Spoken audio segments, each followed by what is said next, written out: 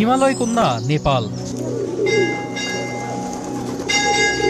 যার প্রতিটি পরতে পরতে কেবলই মুগ্ধতা আর স্নিগ্ধতার ছাপ। গৌতম বুদ্ধের জন্মস্থান বলেই কিনা প্রকৃতি দু হাত ভরে দিয়েছে ছোট্ট এই দেশটিকে, সে উত্তর হয়তো সৃষ্টিকর্তাই ভালো জানেন। মন্দিরের শহরখ্যাত রাজধানী কাঠমান্ডু নামতেই যেন এই তকমার সার্থকতা খুঁজে পেলাম।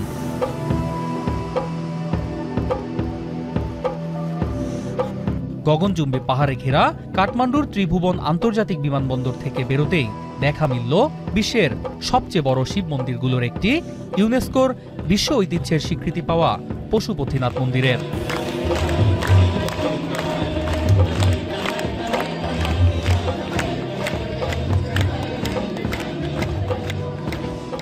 (246 হেক্টর জায়গার উপর নির্মিত পশুপতিনাথে রয়েছে ছোট বড় 5 শতাধিক মন্দির। কাঠমান্ডুর যে বিষয়টি আমাকে সবচেয়ে বেশি মুগ্ধ করেছে তা হলো এখানকার ধর্মীয় সম্প্রীতি।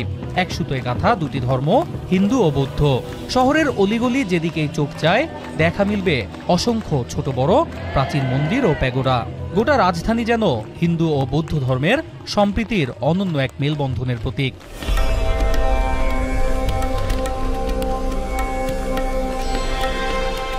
কাঠমান্ডুর আরেক ঐতিহাসিক নিদর্শন দরবার স্কয়ার, যা বসন্তপুর দরবার স্কয়ার নামেই বেশি পরিচিত।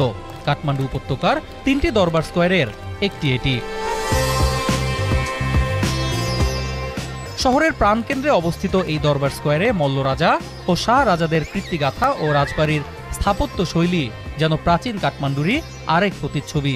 বিশেষ করে এক একটি কাঠের কারুকাজ যেন নেপালি ইতিহাস ও ঐতিহ্যের সাক্ষী বহন করে চলেছে যুগ যুগ ধরে। দরবার স্কয়ারের মূল আকর্ষণ হনুমান ধোকা, অর্থাৎ রাজাদের পুরনো বাসভবন।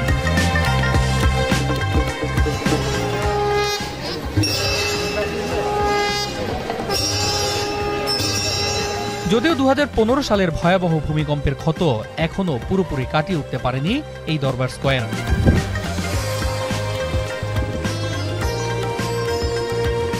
মায়াবী জাদুর এই শহরের আরেক মায়ার নাম থামেল। মূলত রাজধানীর প্রাণকেন্দ্রে অবস্থিত ছোট্ট এই এলাকাটি জনপ্রিয় ট্যুরিস্ট হাব। কাঠমান্ডু এসেছেন কিন্তু থামেলের মায়ায় পড়েননি এমন পর্যটক খুঁজে পাওয়া ভার। সরু রাস্তার দুপাশে শত শত হোটেল, রেস্টুরেন্ট আর সুভেনির শপ যেন কাঠমান্ডু তথা গোটা নেপালেরই অন্যতম এক পরিচায়ক। রাতের থামেল যেন আরো জাগ্রত।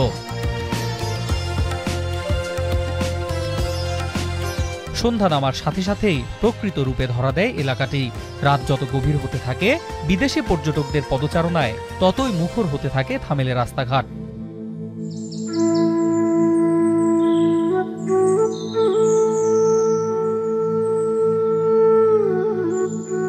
নেপালে আমার দ্বিতীয় গন্তব্যস্থল ছিল ভক্তপুর জেলায় অবস্থিত নাগরকোট। সমুদ্রপৃষ্ঠ থেকে প্রায় 8000 ফুট ওপরে অবস্থিত এই অঞ্চলটিকে স্বর্গের আরেক রূপ বললেও হয়তো ভুল হবে না।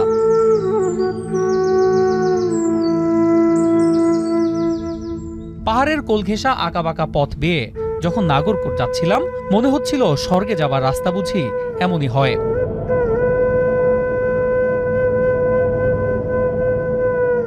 হিমালয় কন্যা নেপালে এলে যে জায়গাটিতে আপনাকে অবশ্যই আসতে হবে তা হচ্ছে ভক্তপুর জেলার এই নাগরকোট। সমুদ্রপৃষ্ঠ থেকে প্রায় 8000 ফুট ওপরে অবস্থিত এই নাগরকোটে দেখা মিলবে গোটা হিমালয় পর্বতমালার প্যানোরামিক ভিউ।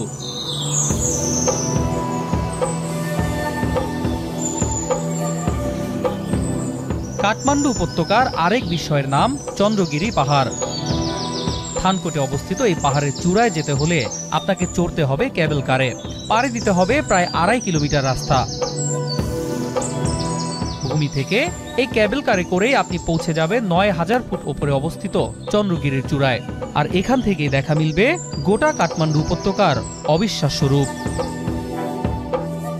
চন্দ্রগিরির চূড়ায় রয়েছে একটি প্রাচীন শিব মন্দির আর সেই সাথে অন্নপূর্ণা ভিউ পয়েন্ট। আকাশ পরিষ্কার থাকলে এখান থেকেই দেখা মেলে অন্নপূর্ণার মনোমুগ্ধকর রূপ। চন্দ্রগিরির নান্দনিক রূপ যেন মুহূর্তেই আপনাকে নিয়ে যাবে অনন্য এক জগতে, যেখানে জীবন বিনম্র, ধীর স্থির, জীবনধারা সাবলীল। যেন সত্যি এক স্বর্গীয় অনুভূতি।